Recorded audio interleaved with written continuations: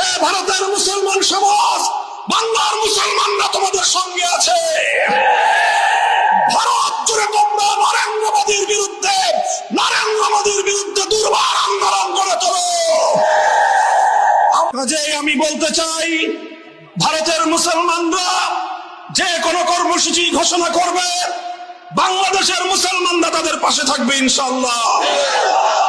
প্রয়োজনে বাংলাদেশের সীমান্তবর্তী অঞ্চলগুলোতে ভারতের মুসলমানরা যদি নরেন্দ্র মোদীর বিরুদ্ধে কোন কার্যক্রম গ্রহণ করে, বাংলাদেশের মুসলমানরা সীমান্তবর্তী এলাকাগুলোতে ভারত বিরোধী প্রতিবাদী কর্মসূচি পালন করবে ইনশাআল্লাহ।